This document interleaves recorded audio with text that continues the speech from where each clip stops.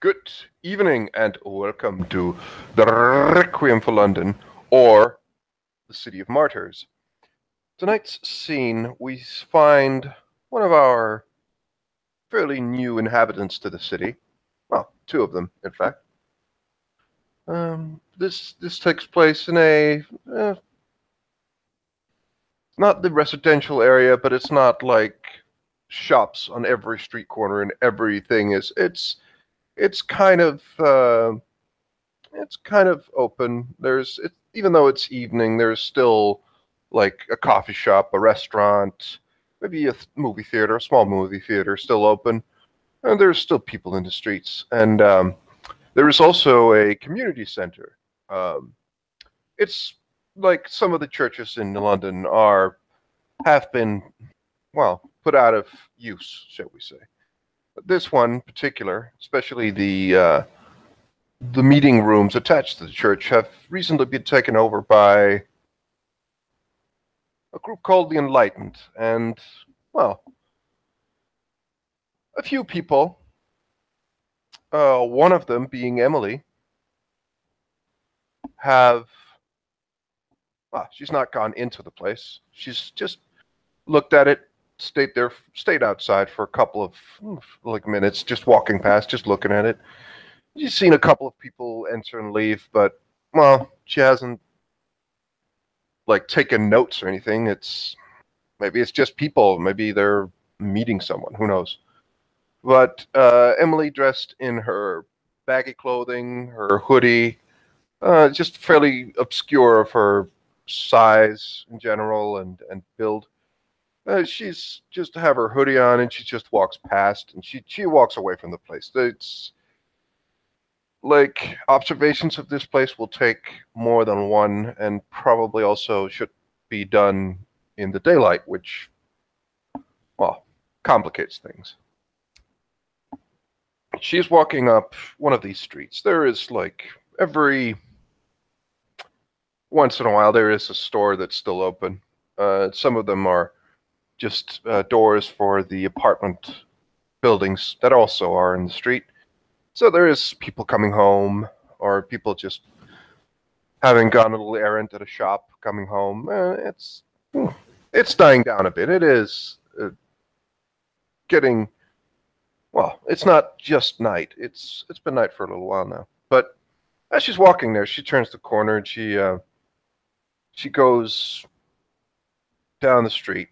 She's heading for the tube station, and but as she's moving there, she feels a little something at the back of her neck, or, oh, back of her mind, really. Her beast begins to, almost like a dog on a leash that just catches the whiff of a fox or something wild and something that it really wants to bark at, but she just stops dead in her tracks and just looks to the right, looks to the left, not turning her head. She just looks around because something is close by, and it's her beast knows it.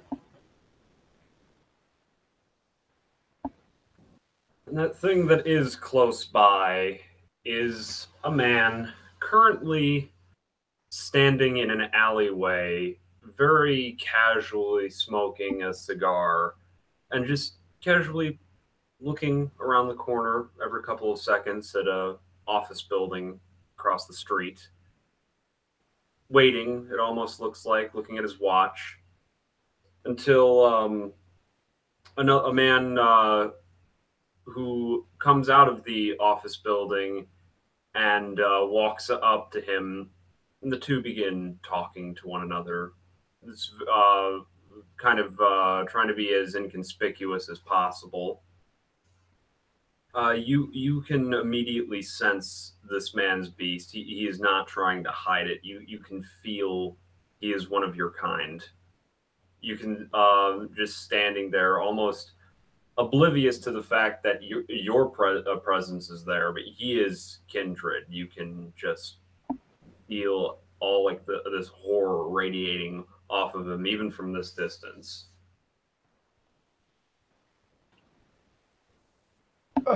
Emily just looks over, very slightly. It's visible, but no, she thinks she's being very stealthy. But it's just she looks into she looks at the alley and she stops, and probably a couple of people would turn their heads and look at her, and then she just realizes that she stopped, and she will just quickly move on and stop on the other side of the alley and she just stands there for a moment. Well, you can't see her as she moves past, but you definitely notice that someone was eyeing you. Yes. Joseph at this point takes out a small notepad and begins writing something down very quickly, puts it away, and he is now sensing something else is nearby him. He's giving it his attention finally, and he's going to look for that. Are you trying to hide or anything, or are you just trying to walk away casually? Casually, no. Emily is just as soon as you turn around the corner, she turns her head and tries to go another way, and just but then she just stops, like she rethinks what she's doing, and just turns around and just looks at you, and just she doesn't do anything. She just begins to slowly walk over towards you, and then just she's about to wave at you, fairly like much like a child, but then she stops herself and she just puts her hand down, just goes into the wall, closer to the wall, and just looks at you. Comes close, and then she just says, um, "Good, good evening. Um, have I met you before?" Just looking you up and down, this very oddly dressed individual. No, I do not believe we have met. Okay. They're in the street. There are people around. She just looks. Okay. That's. Well, we're in an alleyway. Oh, okay. He's still okay. So we'll just say that we're beginning. She'll just. Why don't we go a little bit further in the back? She looks out at the on the street. Just you know. What business do we have to discuss? The fact that you're. She looks at you, and just looks at her. Like points at herself, and then points at you. Is that truly a concern of yours? I thought most people in the city would just keep to themselves. Uh, uh, right. Well, well, okay. Uh, There's a she man. looks a little confused, There is a or man standing next to me, by the way. Just to let you know that. Very tall, broad-looking man. Blonde hair, green eyes. Like he looks kind of like a bouncer, like that sort of hmm, like he's dressed like in normal modern day and he's just kind of intensely staring at you. you know, we are somewhat related, maybe. Without saying a word, Joseph relents and just walks deeper into the alleyway, not paying much mind to you at first. And she, The man standing next to him follows closely, and he is staring, like he is intensely, like watching you the entire time.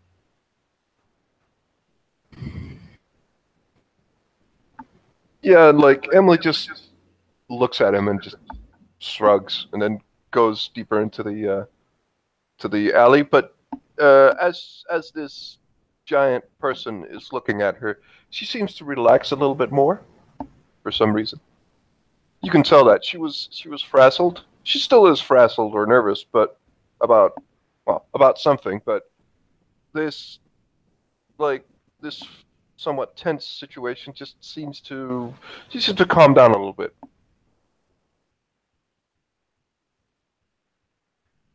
So, Joseph stops, turns on a dime, and proceeds just to look you over. And he reaches into his coat, very quick motion, and he pulls out a small cigar case and he actually offers you one. um, okay. Um, Emily looks at the cigar case like you're showing her alien technology. Like, like she looks confused and like, oh, she just kind of just looks at you and just that awkwardness or nervousness just comes out a little bit again, and she's just quite just deliberately takes one of them and just looks at it. Not Uh, what tobacco is. I don't. She puts it back and just no thanks. I don't smoke. He takes a very large drag of his cigar at that point and puffs it out into the open air.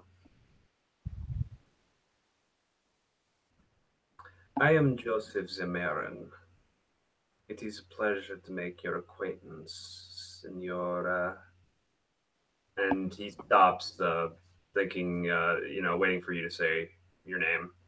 Uh, Emily, is this your is that your hired help or friend or? He is my bodyguard. Oh, that's okay. That explains it. Yeah, that's a good idea though. Good idea. Not that you need it. Like that's not what I'm saying. Never mind. Yeah. It's there's Are some. you all right? Yeah. I'm good. Thanks for the cigar, by the way. Yeah. Like, look, I just He there aren't looks too down at many of the cigar us. handed back to me.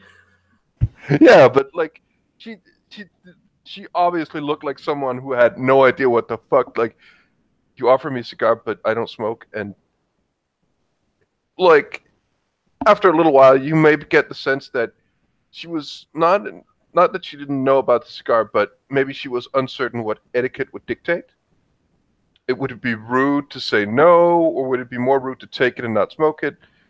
Like that seems to This be the is an case. awkward situation for her.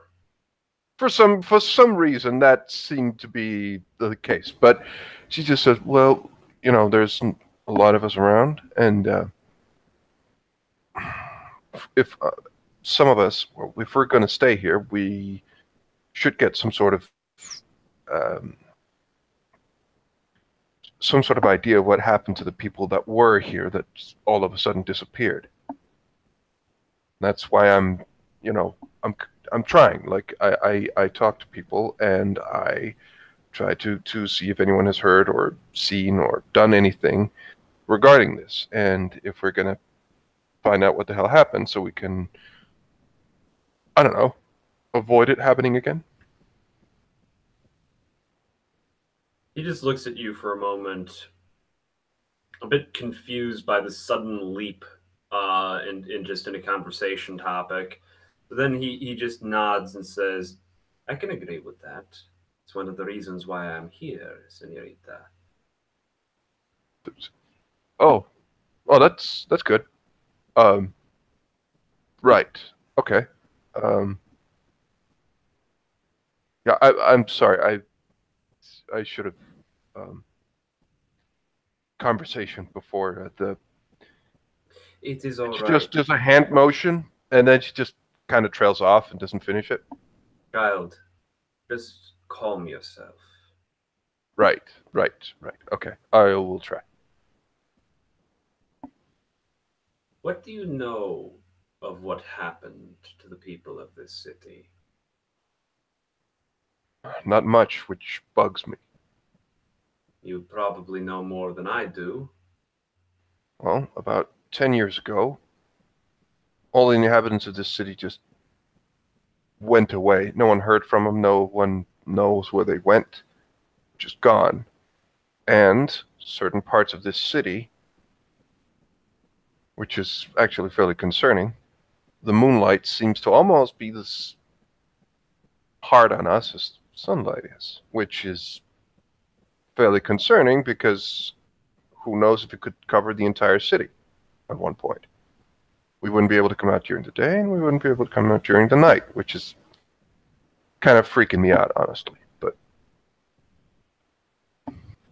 Well, I had a theory about that on the way in. My skin was itching and irritated. It's good to know that I wasn't the only one. I thought it was just flashbacks I was having. no, it's not. I think everyone's feeling it. Good. That means it isn't just because of what happened here. No, but I was honestly, here before. I lived here at one point before the incident. I left right before it happened. I am very keen on discovering why it happened. okay, okay, okay. What did and she just he didn't give well he give his name, right? Yeah, I Yeah, gave my name. he did. So, Joseph, can I ask you like what's your she looks around, just your familiar connection? You mean clan? Yes, I mean, unless it's rude, of course. It is no secret to most. Nosferatu. Oh, so that's oh, okay. Um, yeah, okay, okay. I mean, you're the first one I've met, so yeah. Better than the other wretches of my kind. Uh, you would be the judge of that, I suppose. I am a social Nosferatu, unlike the ones you would meet in the sewer. Oh, right. Well, Those wretches with skin falling off and their disgusting mandibles and other horrible extremities that have twisted and contorted out of shape. Emily just seems to react somewhat to that description. She just seems to tensen up even more, even if it's shouldn't be possible. She does seem to tensen up a little bit more. She's just, well, I don't tend to go too much in the sewer, so it's good. It's fine. Wise, because they are very territorial down there. I don't even I'll go in sewers. okay. I'll remember that.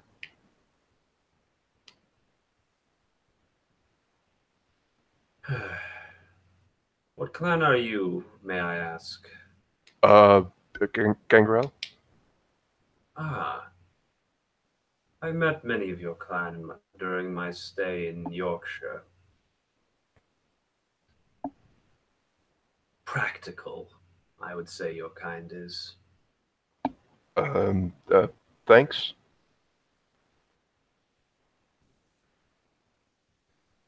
Now,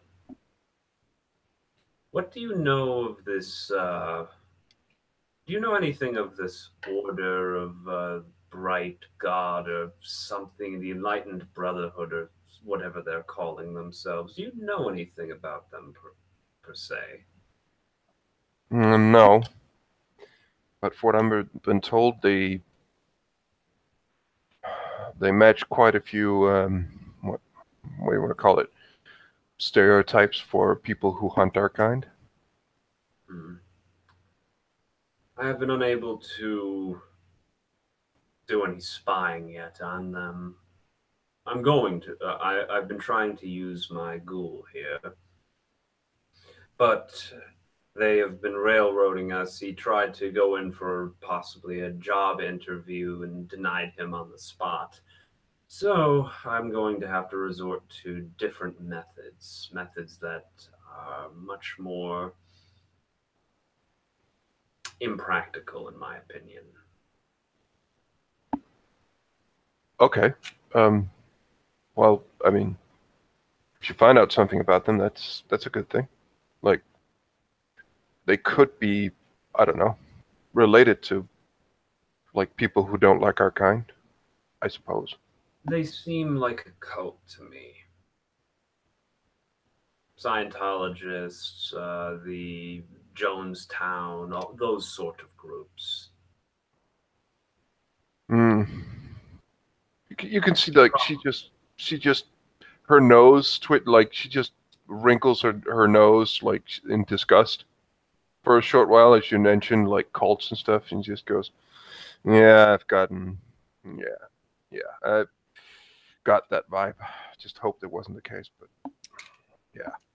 The best thing in any case, though, is that if we want to make any headroad into bringing them down and possibly keeping them from harming us if they are responsible, we know that there can be no frontal assaults made towards them.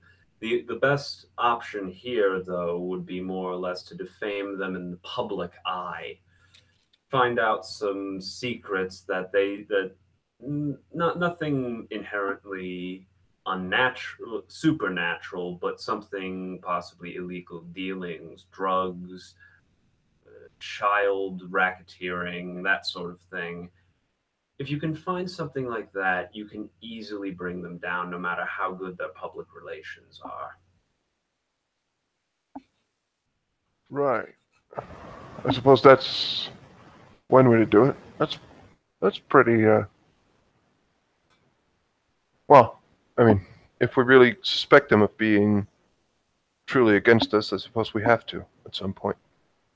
Well, I would like to see them brought down either way. They do not seem to be a group that I do not trust religion. Well, Never have. that I can somewhat agree with you on. She seems to just nod at that. Problem is, the more that they make this city safe, the harder it will be for us to feed. Yeah. It's a sad but true fact, but we need to have slum areas. We need to have the poor and the destitute because they are the easiest prey. The Well, cynical outlook, yes, but it's necessary.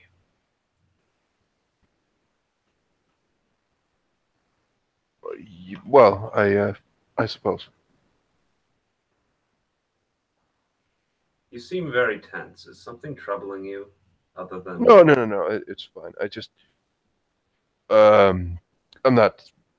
I'm just a bit nervous that I'm. I have a tendency to say the wrong thing at the wrong time, and sometimes that annoys people, and I just don't want to insult people. That's all. keep that under control? Because if I'm just not a threat, but more advice to you. You see, there are times when I was younger, and several things led to another, several things I said, several things I did on impulse.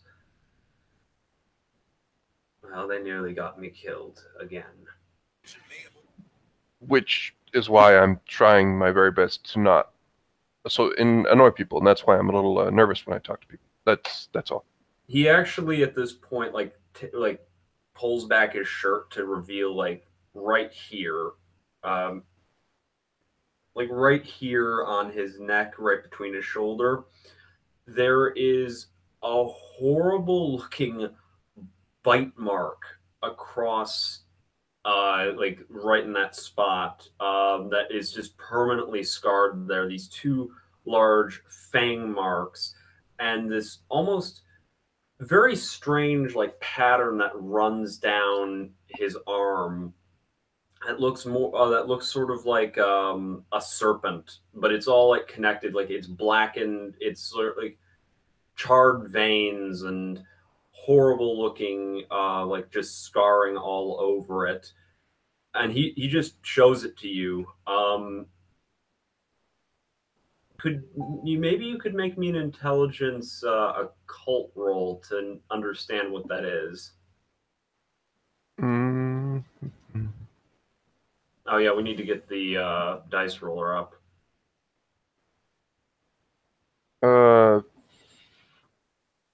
You are touching on at least one thing that she actually does have certain amount in it. Oh, that's the wrong one.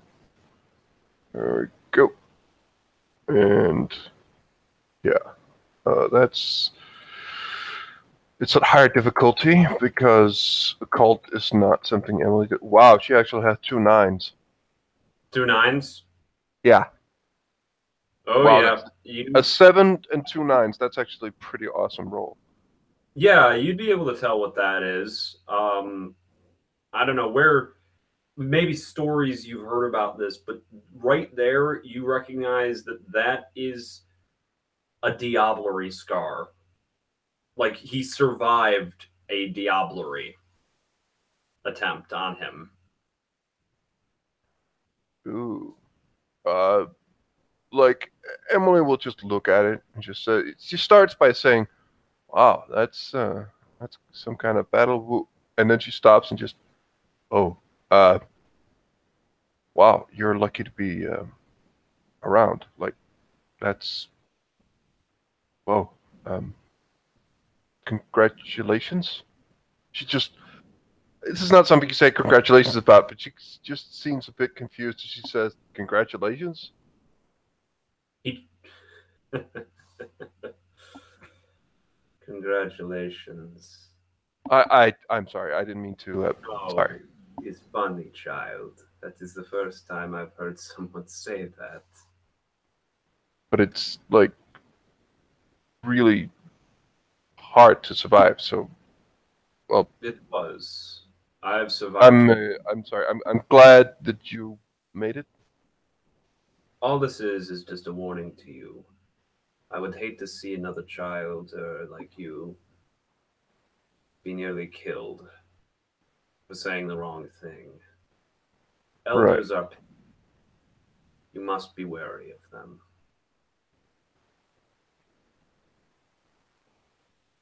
They torment us. And that is the worst part. You say the wrong thing at the wrong time. You have improper etiquette.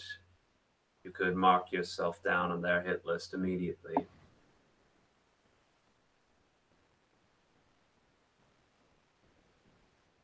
A sad but true fact of life. Yeah. Hence why I'm a little unsure of what to say and do in these situations. But thanks for the warning. Um, Be cautious, child. uh, I try to be. Um, so, uh, so do you have a phone number or something? If I need to get in contact with you. Yes, here you are. I can give you that. He writes down 2 numbers on a piece of paper. One is a cell phone, and one is a work phone number to a place called Shady Oak Cemetery. Actually, no, he wouldn't write that part down. He leaves that part off. But he then looks at you and says, "May I have yours, ma'am?"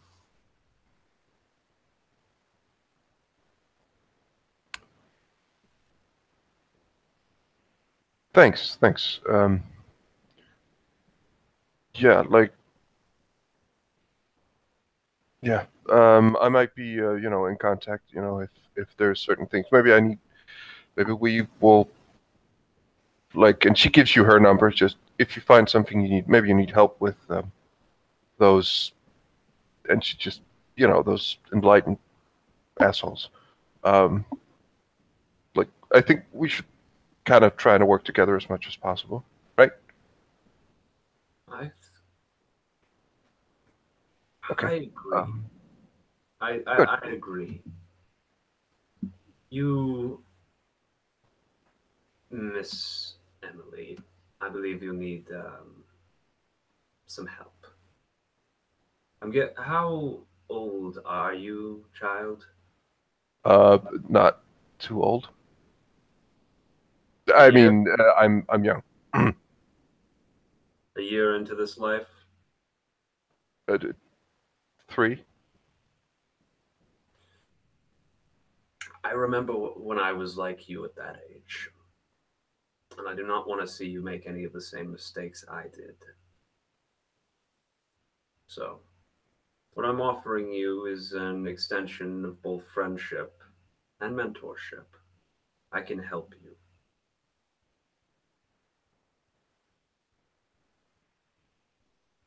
Well, thanks, but I don't. I'm not. I very much thank you for that, but I'm not entirely sure my my sire would appreciate that.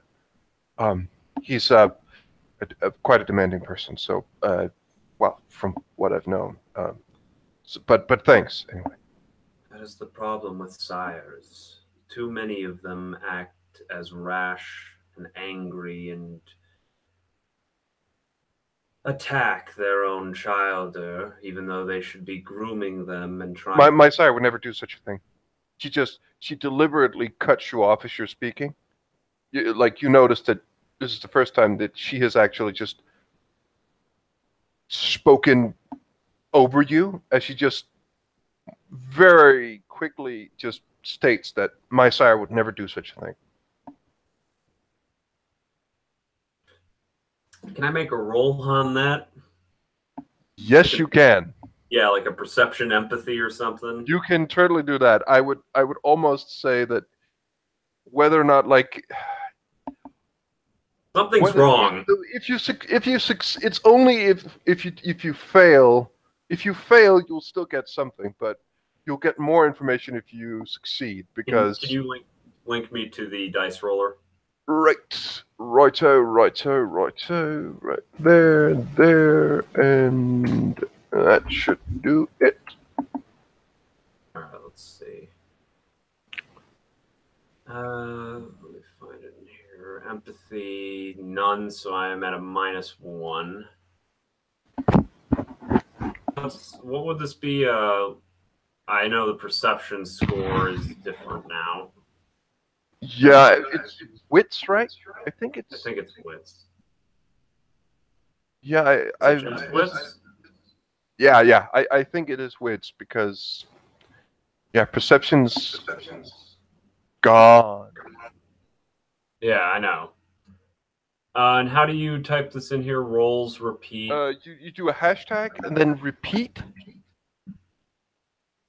and then you make a space, and then the number of dice, and then space, and then the type of dice.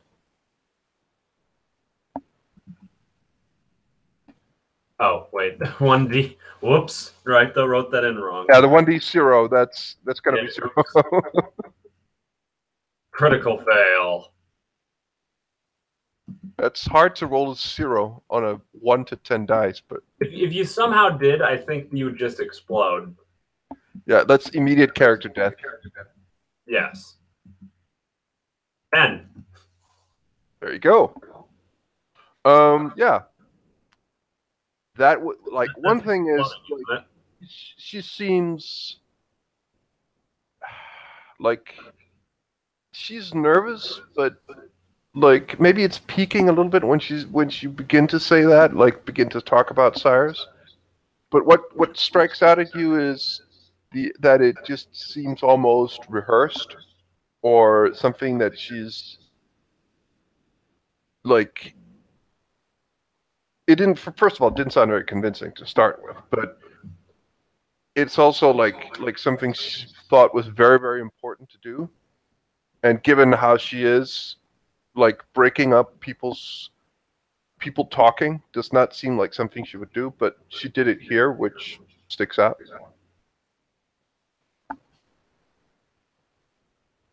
Child, if there is something wrong, please tell me.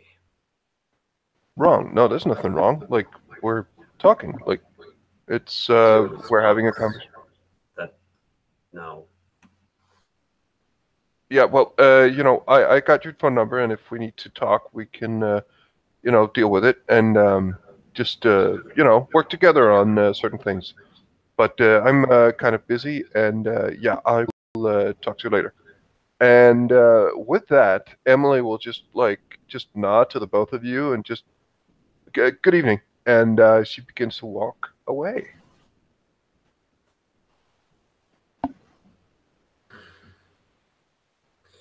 Joseph looks at Caleb, his ghoul, at this point and just says, "There's something wrong with her. I'm going to make sure that she is safe." And with that, he puts out his cigar, he flicks it onto the ground, and he walks away, just down the alley, back towards his home in Shady Oak Cemetery. It's a long walk. But I think with that, we can end the scene. This has been Requiem for London, City of Martyrs, signing off.